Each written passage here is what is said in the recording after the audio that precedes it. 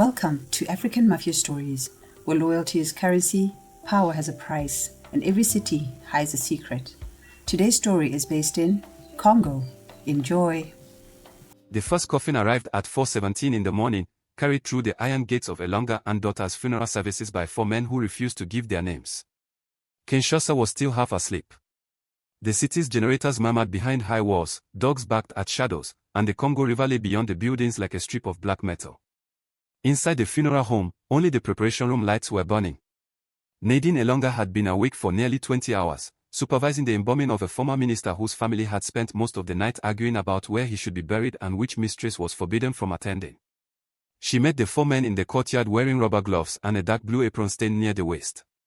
They carried an expensive coffin made from polished African mahogany, fitted with brass handles and a small silver seal fixed beneath the lid. Nadine recognized the seal immediately. It belonged to her funeral home. "Who authorized this collection?" she asked. The tallest bearer lowered his end of the coffin carefully. He wore a gray suit despite the humid night, and his scalp shone beneath the security lamp. "We were told to deliver it here." "By whom?" "The person who paid us." "That is not a name." "It is the only answer we were given." Nadine looked at the coffin again. Every casket sold by Ilunga and daughters was recorded by serial number, client name and destination. She had approved no overnight delivery, and none of her drivers had been dispatched outside Kinshasa that week. Where did it come from? The man hesitated. Lubumbashi. That made even less sense. A coffin could not travel from Lubumbashi without paperwork, airport clearance, or a receiving family. Nadine stepped closer to inspect the seal. It was genuine, but older than the ones her company currently used. The letters IFS were surrounded by 7 tiny stars, a design discontinued by her father more than 15 years earlier. Before she could ask another question, the men lifted their hands away from the coffin. "We were instructed not to remain after delivery." "You will remain until I open it." The tall man smiled without warmth. "No, Madame Ilunga. We were not." The 4 men walked back through the gates. A white van waited in the road with its headlights off. Nadine hurried after them, but the vehicle pulled away before she could read the license plate. Her night supervisor, Pascal, emerged from the side entrance carrying a clipboard and a cup of coffee. "What is that?" "A problem." Pascal stared at the coffin. "Was someone expecting a body?" "No." "Should we call the police?" Nadine almost laughed. In Kinshasa, calling the police before understanding a problem was a reliable way of creating 3 more. She told Pascal to bring the digital register and the bolt cutters. Then she phoned the security guard who operated the exterior camera system. The cameras had stopped recording at 4:11. 6 minutes before the coffin arrived. The lid was not locked. Beneath it lay a man in an immaculate white suit, his hands folded over his stomach and his silver hair combed neatly away from his forehead. There were no visible injuries, no blood and no signs of hurried preparation. Whoever had embalmed him had done careful work. Pascal leaned in, then recoiled. "Do you know him?" Nadine did. Everyone in the mining industry knew Victor Kosongo, chairman of Kivu Strategic Minerals, a man whose companies controlled cobalt, copper and people with equal efficiency. His face had appeared in newspapers beside presidents, foreign investors and bishops. He was wealthy enough to make accusations disappear and powerful enough to survive them when they did not. "He was in Kinshasa last week," Pascal whispered. "I saw him on television." Nadine reached beneath the coffin lining and found a folded document sealed in plastic. It was a death certificate issued in Haute-Katanga. The recorded cause of death was cardiac arrest. The time of death was 11:40 the previous evening. The signature at the bottom belonged to a doctor who had been dead for 9 years. At 4:52, the second coffin arrived. This one came on the back of a black pickup truck driven by 2 soldiers in unmarked uniforms. They placed it beside the first without speaking and departed before Nadine could reach the courtyard. Inside lay retired General Lion Mukendi, once commander of an army division accused of making entire villages vanish during the wars in the East. He had spent the final decade of his life presenting himself as an elderly patriot, appearing at military parades with medals covering his chest. The 3rd coffin came from Goma. The 4th from Kisangani. The 5th from Mbondoka. The 6th from Bukavu. Each arrived by a different vehicle. Each carried the old 7-star seal of Ilunga funeral services. Each contained the body of a man whose influence had extended far beyond his public title. Judge Emmanuel Banza had protected ministers and imprisoned witnesses. Bishop Augustine Malu had built churches with money that passed through militia accounts. Henri Kololo had financed armed groups while publicly funding peace conferences. Colonel Diudon Kanku had served in intelligence under 3 governments and had outlived nearly everyone who knew what he had done. By 610, 6 coffins stood in a perfect row beneath the courtyard awning. The rising sun had begun to color the eastern sky, and Kinshasa was waking around them. Motorcycles coughed into life. Vendors dragged tables toward the roadside. Somewhere nearby, a woman sang while sweeping dust from a pavement that would be dusty again within the hour. Nadine stood before the dead men with the unsettling feeling that they were not strangers brought to her business, but guests who had returned to a house they already knew. Pascal had stopped drinking his coffee. All 6 deaths happened last night, he said, scrolling through the documents. Different cities. Nearly the same time. Not deaths, Nadine replied. Executions arranged to resemble deaths. There are no wounds. There are always wounds. Some are simply expensive. She examined the coffin seals again. The engraving was unmistakable. Her father had designed it when Nadine was 12, claiming the 7 stars represented dignity, silence, family, faith, memory, duty, and truth. Later, when the company expanded, he had removed the stars and modernized the logo. Nadine had never understood why. A horn sounded outside. Both of them turned. A long black hearse waited beyond the gate. Unlike the previous vehicles, it bore no registration plates. The driver remained behind the wheel while a single man climbed out. He was tall, broad-shouldered and dressed in a black coat too heavy for the morning heat. A narrow scar ran from his left temple to the edge of his mouth. He opened the rear door. Inside was the 7th coffin. It was simpler than the others, made from dark wood without ornamentation. The man rolled it onto a transport frame and pushed it into the courtyard alone. Nadine blocked his path. Who sent you? He looked past her toward the row of coffins. Your father. The word struck with such force that she momentarily forgot to breathe. My father died 12 years ago. The man finally looked at her. That depends on which part of him you buried. Nadine seized the front of his coat, but Pascal pulled her back before the confrontation could become something worse. What is inside? She demanded. Open it. The man returned to the hearse and drove away. The 7th coffin was lighter than the others. Nadine knew it was empty before Pascal raised the lid. There was nobody. Only a faded photograph, a brass nameplate and a small black envelope. The photograph showed Nadine at 9 years old, standing beside her father outside the funeral home. She was wearing a yellow dress and holding his hand. Behind them stood 7 men, younger versions of the bodies now lying in the courtyard. Victor Kosongo. General Mukendi. Judge Banza. Bishop Malu. Henri Kololo. Colonel Kanku. And one man Nadine did not recognize. Her father had drawn a circle around the unknown man's face in red ink. Beneath the photograph lay the brass plate. Nadine Ilunga. Below her name was a date. 6 days from now. Pascal crossed himself. We called the police. Nadine opened the black envelope. Inside was a short handwritten message. 6 have been returned. The 7th is still working. Your father failed to bury him. You were not. Beneath the message was an address in gum and a time. Midnight. Come alone. Nadine read the note twice. Then she looked along the row of dead men and understood why the coffins had been delivered to her business rather than to their families.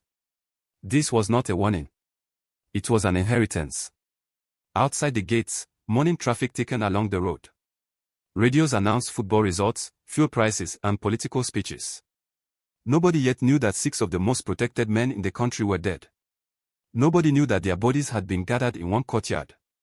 And nobody knew that before the week ended, Nadine Ilunga was expected to join them. By 8 o'clock, the deaths had begun to leak. First came a call from Victor Kosongo's private secretary, demanding to know whether Ilunga and daughters had collected his employer's body from Lubumbashi. 20 minutes later, General Mukendi's eldest son arrived with 4 armed guards and tried to force his way into the courtyard.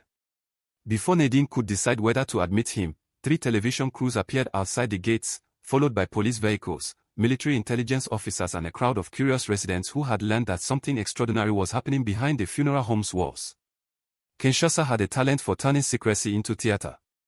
Nadine ordered the main gates locked and moved the coffins into the largest viewing hall. She covered each one with a plain black cloth, not out of respect, but because she did not want the dead men staring at her while she worked. Pascal closed the curtains and disconnected the public telephone lines. By mid-morning, the building felt less like a funeral home than a besieged embassy. The police commissioner who arrived shortly before 10 was named Fabrice Lombo. He was a compact man with tired eyes, an immaculate uniform and the patient expression of someone accustomed to being lied to by wealthier people. Nadine had met him twice before, both times during politically sensitive funerals when the number of bodyguards had exceeded the number of mourners. He examined the 6 death certificates, the old company seals and the message from the 7th coffin without touching anything. "You should have called me immediately," he said. "I was waiting to learn which version of the police would arrive." Lombo looked toward the closed doors of the viewing hall. "That answer may be amusing later." It was not intended to be. He read the note again. 6 have been returned. The 7th is still working. His gaze lifted to Nadine. "Do you recognize the handwriting?" "No. You said the driver claimed your father sent him." "My father is dead." "I know." "Then you understand the problem." Lombo placed the note on the desk. "The problem is not that someone mentioned a dead man. The problem is that 6 powerful people died across 4 provinces on the same night, and their bodies were transported to one private business without interception. That requires money, access, and cooperation from people who normally cooperate with nobody." Nadine leaned back in her chair. "Which means this did not begin last night." "No. It began long before either of us knew about it." He asked for the photograph. Nadine handed it over reluctantly. Lombo studied the 7 younger men standing behind her father. He identified the 6 dead immediately. The 7th, circled in red, seemed familiar to him, although he could not place the face. "Where was this taken?" "Outside this building. Around 1997. During the war. During one of them." The commissioner turned the photograph over. On the back, written in her father's hand, were 5 words Nadine had not noticed earlier. "We buried the wrong man." Lombo read the sentence twice. "Your father kept records." "He kept everything." "Where?" Nadine looked past him toward the shelves lining her office. Funeral ledgers, cemetery permits, invoices, and family files filled the room from floor to ceiling. Her father had believed that the dead deserved accurate documentation because the living were too eager to rewrite them. Yet after his death, she had found nothing unusual among the records, only decades of names, dates, and payment disputes. "Most of the older archives were moved to our storage property in Lingwala," she said. "Most. There is a locked room beneath the preparation wing. My father called it the cold archive." "And you never opened it?" "I tried. The lock was replaced after his funeral. None of the keys worked." Lombo's expression hardened. "Who replaced it?" "I assumed he had." "Dead men are becoming unusually productive around you." Before Nadine could answer, shouting erupted outside. One of General Mukendi's guards had struck a journalist. The crowd surged against the gates, and several officers hurried from the office to restore order. Lombo stood. "I am assigning protection to you." "No. That was not a request. Uniform protection will make me easier to follow." "You are already easy to follow. Your name is engraved on a coffin." He instructed 2 plainclothes officers to remain inside the funeral home and ordered his team to secure the bodies. Nadine objected when he proposed transferring them to the central morgue. "They were sent here for a reason. They are evidence. So is my building. Your building is also a target." They argued until Lombo agreed to leave the coffins in place for 12 hours, provided no family members entered and no bodies were released. Nadine knew he expected military authorities to overrule him before sunset. When he left, she found Pascal standing near the 7th coffin. "You are not going to the address tonight," he said. "I have not decided." "You open a coffin with your name inside it. The decision should be easy." "The easy decision is usually the one someone prepared for you." Pascal lowered his voice. "Your father hid something." "My father hid many things." "Not from you?" Nadine looked at him. Pascal had worked for the family since he was 17. He had polished hearses, dug graves during labor strikes and slept beside coffins during nights when armed families disputed burial arrangements. Her father had trusted him enough to leave him keys to the building, but not enough, apparently, to explain the 7-star seal. Did he ever mention this man? Nadine asked. Pascal shook his head too quickly. She stepped closer. That was a bad lie. His shoulders fell. Once, he said. A few weeks before he died, he told me that 7 men had purchased the city without paying for it. What did that mean? He said they owned the entrances. Mines, courts, churches, intelligence, weapons, transport and burial. Burial. Pascal glanced at the coffins. Your father. The answer settled between them. Nadine had spent 12 years believing that her father's influence came from reputation. He had buried presidents, generals, smugglers and saints, treating every family with the same grave courtesy. She had never considered that his business might have been one pillar of a larger criminal arrangement. Why did you never tell me? He made me promise. He is dead. He was still your father. Nadine removed her gloves and walked toward the preparation wing. The cold archive lay behind an ordinary steel door at the end of a narrow corridor. The room had once stored chemicals and imported coffin fittings, but her father had sealed it during the final years of his life. Nadine had eventually stopped trying to open it because grief had transformed the door into something sacred and irritating at once. Pascal followed her with a toolbox. They cut through the lock in 11 minutes. The room beyond smelled of dust, paper and old disinfectant. There were no electric lights, so Pascal held up his phone while Nadine searched for the switch. A single bulb flickered overhead. Metal cabinets lined the walls. Wooden crates stood stacked in the center. On a long table sat 7 black books, each marked with one of the stars from the old funeral home emblem. The walls had been stripped of every reflective surface. No glass. No polished metal. No mirrors. Nadine opened the first book. It contained names, dates, and coded payments stretching back nearly 30 years. Some entries referred to funerals, but most did not. There were references to weapons shipments, provincial commanders, election funds, and villages identified only by coordinates. Beside several names appeared the same instruction. Prepare the body before death. Pascal whispered a prayer. The second book contained photographs. Politicians meeting militia leaders. Clergy blessing armed convoys. Judges receiving envelopes. Her father standing beside all of them, expressionless, always at the edge of the frame. In the third book, Nadine found a page dated 3 days before his death. The writing was hurried. Kosongo believes Simon escaped. Mukendi wants the grave opened. Banza says the witness must remain dead. If they discover the substitution, Nadine becomes the guarantee. Below the entry was a sketch of the man circled in the photograph. A name had been written beneath it. Simon Lakuta. The 7th man. A floorboard creaked behind them. Pascal turned first. A figure stood in the doorway wearing one of Commissioner Lombo's plainclothes officer's jackets. The man held a pistol fitted with a suppressor, and blood darkened the cuff of his sleeve. The real officer lay motionless in the corridor behind him. Step away from the books, the intruder said. Nadine remained still. Who sent you? The man smiled. The 7th coffin. He raised the pistol toward Pascal. Nadine seized the heavy ledger from the table and hurled it at the bulb. The room vanished into darkness. The first shot struck metal. The second tore through a crate. Pascal lunged sideways as Nadine dropped behind the table and crawled toward the door. The gunman fired again, guided by the light from his own phone, but the brief flash revealed his position.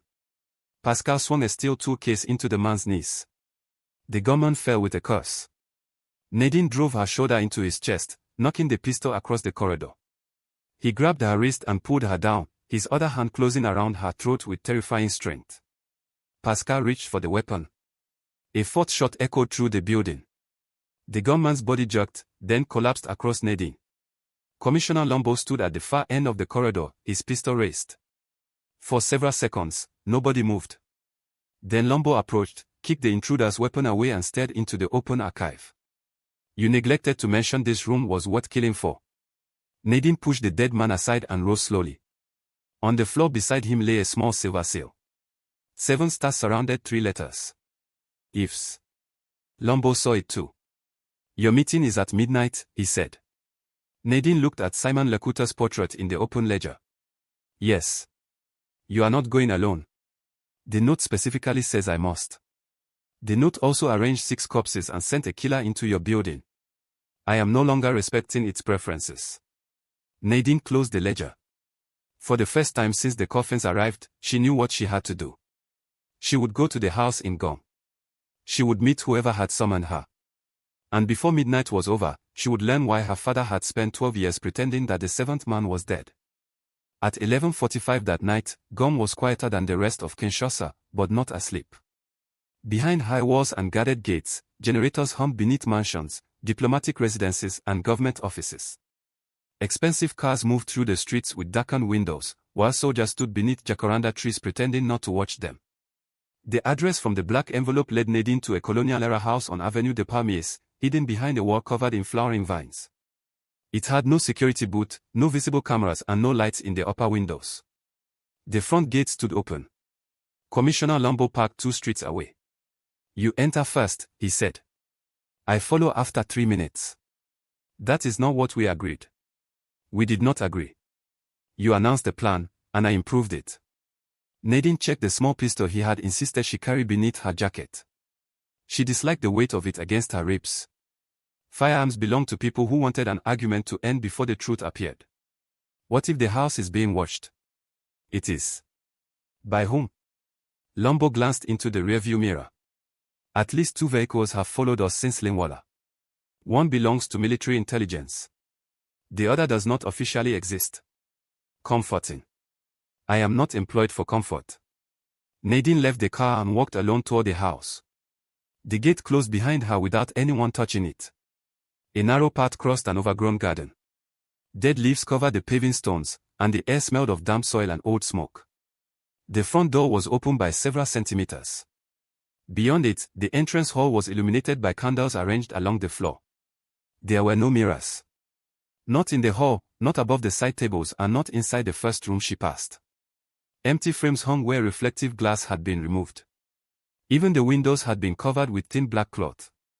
The house had been prepared by someone who did not want to see himself. Nadine Ilunga. The voice came from the dining room. She entered and found a man sitting at the far end of a long wooden table. He was perhaps 65, though illness had made his age difficult to judge. His face was narrow, his skin deeply lined, and his right hand trembled slightly against the arm of his chair. A dark walking cane rested beside him. He was the 7th man from the photograph. Simon Lakuta. Nadine had expected a criminal king, a warlord, or some towering survivor carved from the violence of another era. Instead, the man before her looked physically diminished, almost fragile. Only his eyes resisted that impression. They were alert, measuring and utterly without apology. "You delivered the coffins," Nadine said. "I arranged their return." "You murdered 6 men." "I corrected 6 errors." "My father helped them." "Your father helped everyone." That was his talent and his curse. Simon gestured to the chair opposite him. Nadine remained standing. "You sent a killer into my funeral home." "No. He carried our old seal." "So did half the men who worked for your father." "Convenient. Convenience is what kept me alive." Nadine placed the black envelope on the table. "Why is my death date engraved on a coffin?" Simon looked at it with faint amusement. "Because fear makes people punctual. You could have invited me. You would have called the police." "I did." His eyes shifted briefly toward the covered window. "Commissioner Lumbo is outside." "He is closer than that." Simon smiled. "Your father would have liked him." Nadine finally sat. For several seconds, neither spoke. Candlelight moved across the table, revealing scratches in the wood and pale circular marks where objects had once stood. Nadine imagined meetings held here during the wars, men deciding which roads would close, which villages would burn, and which deaths would be reported as accidents. "Tell me what happened in 1997, she said. Simon lowered his gaze. In 1997, 7 men believed the country was collapsing quickly enough for them to inherit pieces of it. Victor Kosongo controlled money and mining contacts. Mukendi controlled soldiers. Banze controlled courts. Malu controlled the language of forgiveness. Kololo moved weapons. Kanku erased witnesses. Your father controlled the dead. And you? I controlled information. What information? Which men were secretly loyal to whom? Which foreign companies paid which commanders? Which ministers funded both sides of the same battle? I knew where every betrayal began. That made you powerful. It made me temporary. Simon reached beneath the table and placed an old cassette recorder between them. Kosongo discovered I had copied the group's records. He ordered the others to kill me before I could sell them. Your father was instructed to prepare my body and arrange a private burial outside Kinshasa. But he buried someone else. Simon's expression changed for the first time. A young clerk named Patrice Moke. He resembled me after Kanku's men destroyed his face. Nadine felt cold despite the heat. My father killed him. No. Kanku did. Your father used the body to save me. Why? Because I had evidence that the 7 of us had financed the massacre of his wife's family. Nadine stared at him. Her mother had died when Nadine was 7. The official story was a road accident near Kikwit. Her father had never discussed it without leaving the room shortly afterward. You are lying? I wish I were. Simon pressed a button on the recorder. Static crackled through the small speaker, followed by her father's voice, younger and stronger than Nadine remembered. You told me the convoy was carrying weapons. Another man answered. It was. There were children inside. Children become soldiers. Her father's voice sharpened. My wife was in that convoy. A pause followed, then the voice of General Mukendi. Then she died in the service of a future she did not understand. Nadine stopped the recording. The silence in the room seemed to expand. Where did you get this? I made it. You were there? Yes. And you allowed them to speak about her like that. I was trying to survive. So was everyone else. Simon leaned forward. Your father saved me because I promised to expose them. Instead, I disappeared. You betrayed him. I failed him. Nadine stood so quickly that the chair struck the wall. You murdered 6 old men to ease your conscience. No. I killed them because they were preparing to transfer their empire to a new council. What council? The one your father tried to prevent. The front door slammed somewhere behind her. Simon turned toward the hall. A second later, gunfire shattered the silence outside. Nadine drew the pistol from beneath her jacket. Who is here? She demanded. Simon reached for his cane, twisted the handle and pulled free a narrow blade.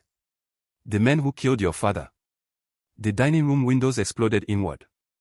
Nadine dropped beside the table as bullets tore through the black cloth and struck the opposite wall. Simon overturned his chair and crawled behind a stone fireplace with surprising speed. From the hallway came another burst of gunfire, followed by Lombo shouting commands. 3 men entered through the broken window wearing tactical masks and body armor without insignia. Nadine fired twice. One attacker staggered, but the armor absorbed the shots. Simon held a candle stand across the room, plunging half the space into darkness, then drove the blade from his cane beneath the first man's jaw as he passed the fireplace. The second attacker swung his rifle toward Simon. Nadine fired again, this time striking the man's exposed hand. He dropped the weapon with a scream. The third man reached her before she could move. He kicked the pistol from her grip and dragged her upright by the collar. Where are the books? He shouted. Nadine drove her forehead into his nose. He loosened his hold, but not enough. His fist struck her cheek, sending her against the table. Before he could hit her again, a shot came from the doorway. The attacker collapsed. Lombo entered with blood running down one sleeve. We need to leave, he said. Simon searched the dead men quickly, tearing open pockets and examining their weapons. Not yet. He found a small communication device clipped inside one attacker's vest. A single green light blinked beneath its screen. They are listening, he said. Nadine wiped blood from her mouth. Who? Simon pressed the device against the table and looked directly into it. Tell the council the 7th man is alive. A voice answered through the speaker. Come. Female. Familiar. We know. Nadine froze. She had heard that voice less than 12 hours earlier, outside the funeral home, demanding access to General Mukendi's body. It belonged to his daughter, Estelle Mukendi. The transmission ended. Lombo stared at Simon. The general's family is involved. Simon's face had gone pale. Not the family, he said. The heir. He opened a hidden panel beneath the dining table and removed a leather folder packed with photographs, maps and sealed documents. The 6 men were never the empire, he continued. They were only its founders. Their children have already divided the country between them. Nadine looked at the blood on the floor, the shattered windows and the dead men who had come looking for her father's books. Then why kill the founders? Simon handed her the folder. Because they intended to kill their heirs first. From somewhere beyond the garden wall came the heavy growl of approaching engines. Lumbo moved toward the hallway. How many? Simon listened. Enough to burn the house and call it an electrical fault. Nadine opened the folder. The first page contained 7 names beneath the title The Second Council. The 7th name was hers. The first vehicle reached the gate before Nadine finished reading the second name. Simon moved quickly despite his trembling hand. He pushed aside a cabinet near the fireplace and revealed a narrow steel door hidden behind the paneling. Where does it lead? Lumbo asked. To the river. Of course it does. The engines outside multiplied. Headlights swept across the shattered windows, illuminating the dining room in white flashes. Men shouted beyond the garden wall, followed by the metallic clatter of weapons being loaded. Simon opened the steel door. A steep staircase descended into darkness. Nadine held up the folder. Why is my name on this list? Because your father promised your place to the council. My father would never have done that. He did many things you believe he would never do. Another burst of gunfire struck the front of the house. Plaster fell from the ceiling. Lumbo grabbed Nadine's arm. You can interrogate the old man after we survive. They entered the passage moments before the front doors gave way. The tunnel beneath the house was older than the building above it, constructed from damp brick and reinforced in places with rusty metal beams. Narrow tracks ran along the floor, remnants of a system once used to move goods toward the river without attracting customs officials. Simon led with a small torch while Lumbo followed behind them, occasionally stopping to listen for pursuit. Nadine opened the folder as they walked. The second council consisted of 6 heirs to the dead founders and 1 vacant seat assigned to Ilunga funeral services. Estelle Mukendi represented the military. Armand Kosongo controlled mining and foreign contracts. David Banza had inherited his father's influence over the courts. Jonas Malu, the bishop's nephew, managed charities, churches and political fundraising. Claudine Kolola operated the transport networks that moved weapons and minerals through the east. Mark Kanku commanded a private intelligence organization staffed by former soldiers and police officers. The 7th seat carried Nadine's name. Beneath it was written, Custodian of Silence. Nadine closed the folder. I bury people, she said. Simon continued walking. Your father did much more than that. I am not my father. That is what the others are afraid of. The tunnel ended at a rusted gate. Beyond it lay a concrete drainage channel leading downhill toward the river. Lumbo forced the gate open with his shoulder, and they emerged behind an abandoned customs warehouse near the waterfront. The Congo River stretched before them, broad and black beneath the moon. Barges moved slowly in the distance, their lights appearing and disappearing behind mist. A narrow motorboat waited beside a collapsed jetty. A woman stood at the wheel. She wore a red headscarf and a leather jacket, and her left eye was clouded by an old injury. Simon stopped. You came. You paid, she replied. This is Chantal, he told Nadine. She will take us across. Across where? Brazzaville. Lumbo shook his head. We are not leaving the country. We are not, Simon replied. The boat will make them think we did. Chantal started the engine. Behind them, flames rose above the walls of the mansion. The house burned rapidly, the fire spreading with unnatural speed through rooms that should have resisted it. Within minutes, the roof glowed orange against the night sky. Simon watched without expression. That was your home? Nadine asked. One of them. How many houses have you hidden in? Enough to learn that none becomes a home. The boat traveled several hundred meters into the river before Chantal caught the engine and allowed the current to carry them downstream. A larger cargo vessel passed nearby, its deck stacked with timber and fuel drums. Under cover of its shadow, Chantal guided the boat toward a different section of the Kinshasa shoreline. They disembarked beneath an old industrial pier. Lumbo's phone had no signal. Nadine's had vanished during the attack. Simon produced a smaller encrypted device and dialed a number from memory. Nobody answered. He tried again. Still nothing. Who are you calling? Nadine asked. The only founder who was not sent to your funeral home. You said all 6 were dead. I said 6 were returned. Nadine looked at him. Who is missing? Simon's eyes shifted toward the city. Your father. The word struck differently this time. Not as a provocation, but as a possibility too dangerous to accept. I buried him. You buried a body. I prepared it myself. You prepared what remained after the explosion. Her father had died when his vehicle caught fire on the road to Matadi. The police said the fuel tank ruptured after a collision. The coffin had remained closed during the funeral because of the burns. Nadine had identified him by a ring, a dental record and the shape of a scar on his shoulder. All things that could be copied. No, she said. Simon's voice softened. Your father knew the founders planned to replace themselves with their children. He believed the second council would be worse because the heirs had inherited power without inheriting fear. He staged his death, took the seventh archive and disappeared. Then why did he abandon me? He did not. Simon looked toward the lights of Kinshasa. He used you as camouflage. Nadine slapped him. The sound echoed beneath the pier. Simon did not react. You do not get to turn cowardice into strategy, she said. If my father lived while I buried him, mourned him and rebuilt his business, then he abandoned me. Lombo stepped between them. We need evidence before we accept any more ghosts. Simon touched the corner of his mouth where Nadine's ring had caught him.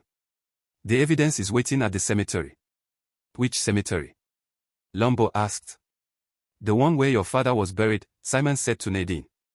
In the coffin beneath his grave is a key to the seventh archive. And where is the archive? That is what the key will tell us. A vehicle approached along the service road above the pier. Its lights remained off. Lombo raised his pistol. The car stopped, and Estelle Mukendi stepped out alone.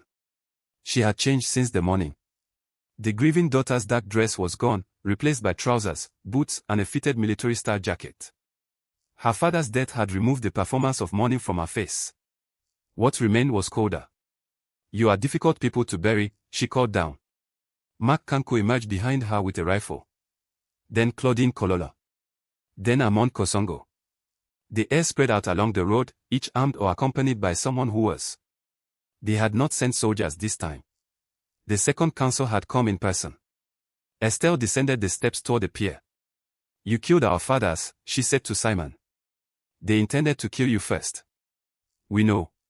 Simon's expression tightened. Estelle smiled. They invited us to dinner 3 nights ago. They called it a transition meeting. Mark found explosives beneath the table. Kanko lifted his rifle slightly. We replaced the detonators, he said. Then we let them believe we knew nothing. Nadine studied them. You arranged the coffins. No, Estelle replied. Simon did. We merely allowed him to reach the bodies. Why? Because the founders had become sentimental. They thought age entitled them to take back what they had already given us. Simon stepped forward. You are here for the books. We are here for Nadine. The heirs looked at her with the same quiet expectation. Estelle extended her hand. Your father chose you as the 7th member. The founders planned to kill us before you could take your seat. Simon killed them first, believing he was saving the country from us. And was he? No, Estelle said. He was saving it for himself. Simon's cane blade slid free. Kanko aimed his rifle at him. Estelle did not look away from Nadine. We can settle this tonight. Come with us to the cemetery. Open your father's grave and recover the final archive. And then you decide who controls the truth. The river moved beneath them, heavy and silent. Nadine looked at Simon, who had murdered 6 men to prevent their heirs from inheriting an empire. She looked at the heirs, who had allowed their fathers to die and now stood together with barely concealed hatred between them. Nobody here wanted justice.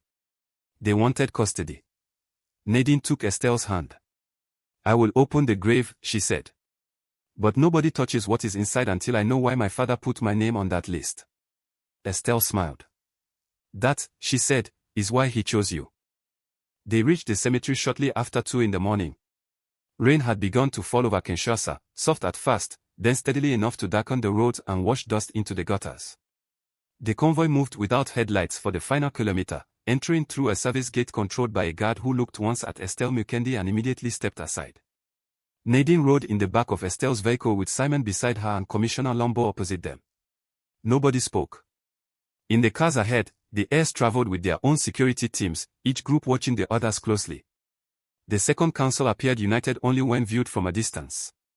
Her father's grave lay in the oldest section of the cemetery beneath a broad mango tree.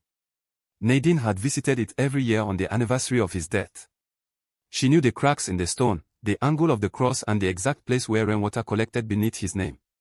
Tonight, floodlights surrounded it. Two men waited beside a mechanical excavator. Shovels, ropes and cutting tools had already been arranged on plastic sheeting. "You prepared this before I agreed," Nadine said. Estelle closed her umbrella. "We prepared for every decision."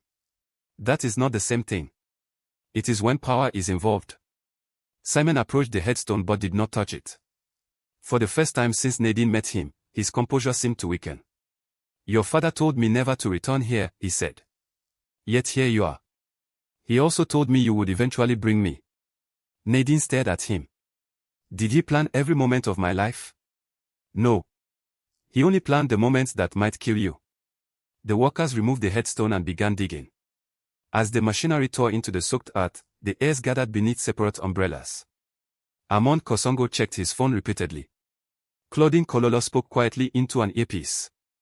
Mark Kanko watched Simon with his rifle resting against one shoulder. Jonas Malu, the bishop's nephew, murmured a prayer without conviction. Nadine moved toward Lambo. "You believe any of this?" she asked. "I believe 6 dead men arrived at your business in one morning. Everything after that is competing madness. Can we arrest them?" "For which crime?" She looked at the assembled heirs. "Choose one." Lambo's eye stayed on Estelle. "Arresting powerful people without proof is a ceremony.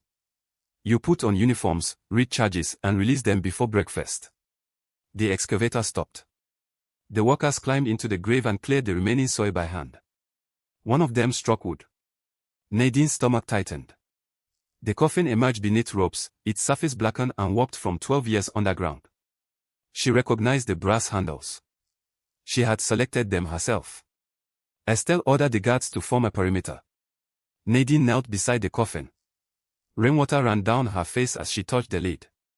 For 12 years, this box had held the end of every unanswered question. Now it felt like the beginning of something worse. "Open it," Estelle said. Nadine removed the corroded screws one by one. Pascal should have been here, she thought. He had helped her close this coffin. He had stood beside her through the funeral and every year that followed. She wondered whether he had known more than he admitted. The lid lifted with a low crack. Inside lay human remains wrapped in what had once been a charcoal suit. Nadine recognized the ring on one hand. Her father's wedding ring. For a moment, relief and grief struck together. Simon had lied. Her father was dead. The pain was almost welcome because it belonged to a truth she understood. Then Lambo leaned closer. "There are 2 skulls." The cemetery became silent.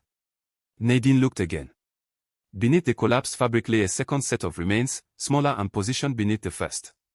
2 bodies had been placed in the coffin. Simon closed his eyes. "What does that mean?"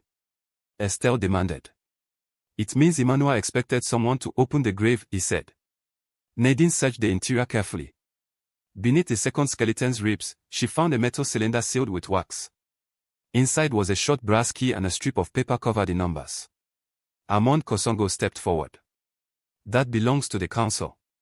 Nadine closed her fist around the key. "It belongs to the dead." Estelle raised a hand, stopping Armand. "Let her read it." The numbers were coordinates. Lambo entered them into Simon's device. The location appeared on a map near the edge of Kinshasa, beneath a disused railway depot owned by one of Victor Kosongo's former companies. Simon stared at the screen. The 7th archive. A gunshot split the air. Jonas Malu collapsed beside the grave, blood spreading across his chest. Everyone reached for weapons. A second shot struck one of Claudine's guards. Floodlights shattered in quick succession, plunging half the cemetery into darkness. "Sniper!" Kanku shouted. The air scattered behind headstones and vehicles. Nadine dropped into the open grave as bullets tore through the rain above her. Lambo jumped down beside her. Simon rode behind the excavator while Estelle fired toward the tree line. The attack came from 3 directions. Not one sniper. A team. Armand's driver tried to reverse a vehicle toward the grave, but an explosive charge beneath the rear wheel overturned it. Flames rose across the road, blocking the cemetery exit. They knew we were coming, Lombo said. Nadine looked at Estelle. Which one of you told them? Estelle fired twice into the darkness. Not me. That answer is becoming popular. Mark Kanku crawled toward them, dragging a wounded guard by the collar. The attackers are using my unit signals, he said. Someone cloned our communications. Simon shouted from behind the excavator. They did not clone them. He pointed toward Kanku's earpiece. They have always owned them. Kanku tore the device free and crushed it under his boot. A shadow moved between the graves. Nadine raised Lombo's spare pistol and fired. The attacker fell close enough for her to see his face. It was the tall scarred man who had delivered the seventh coffin.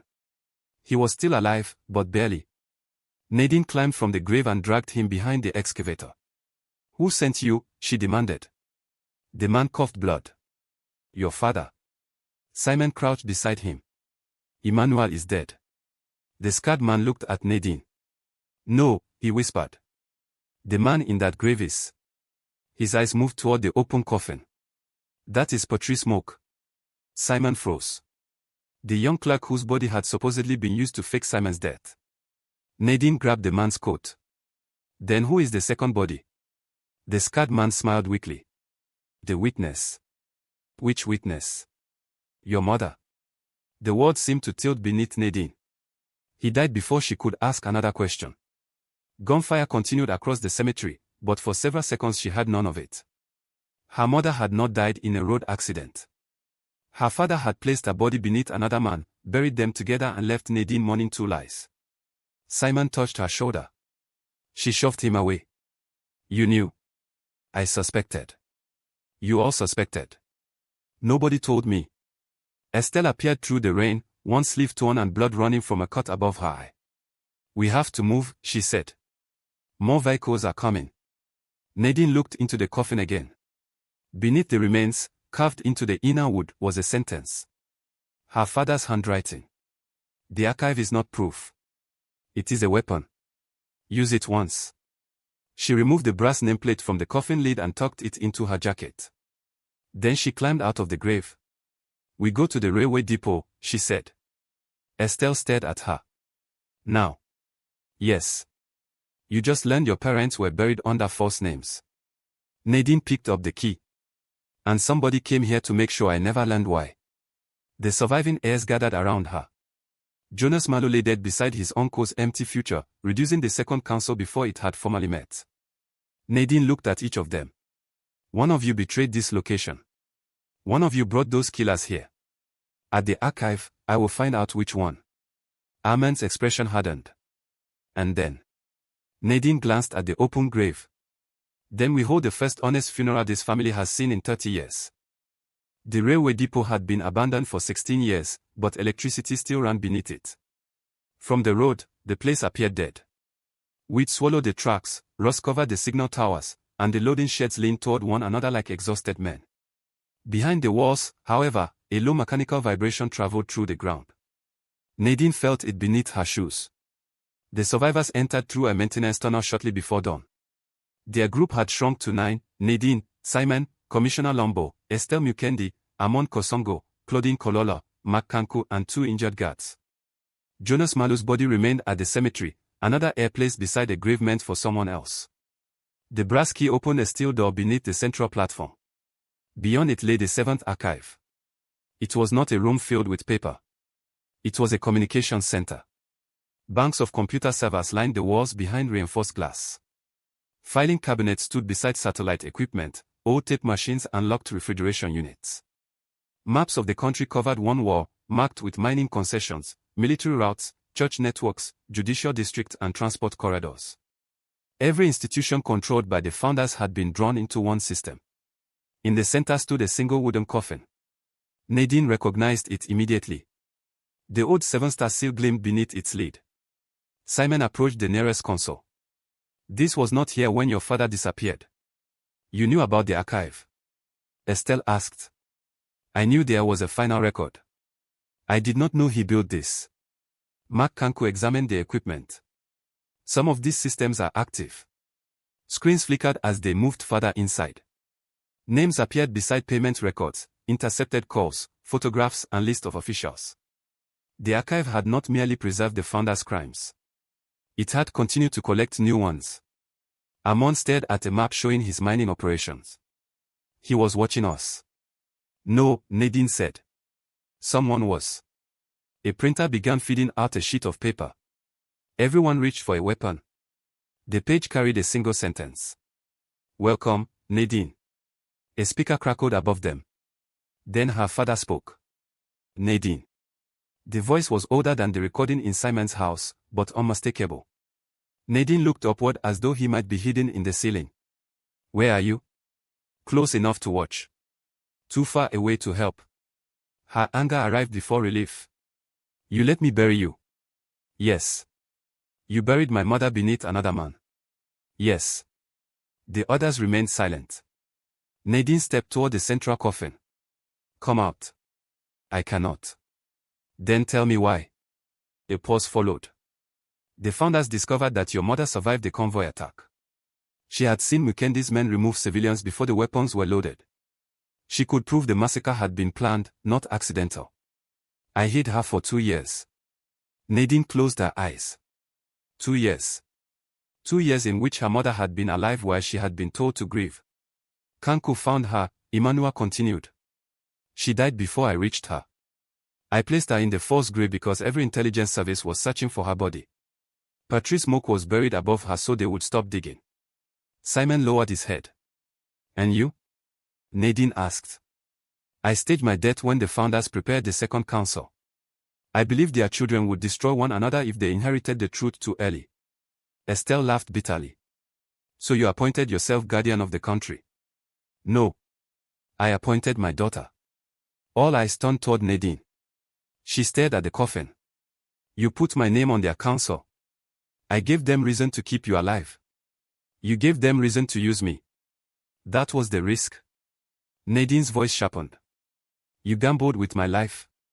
I gambled with everyone's. The honesty of it was worse than an excuse. Simon moved toward the console. Emmanuel, the founders are dead.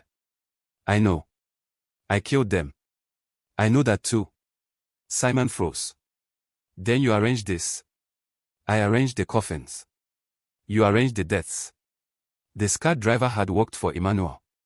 The old seals, the address, the route to the grave, even Simon's meeting had been pieces of a plan built years earlier. Nadine understood at last. Her father had not summoned her to solve a mystery.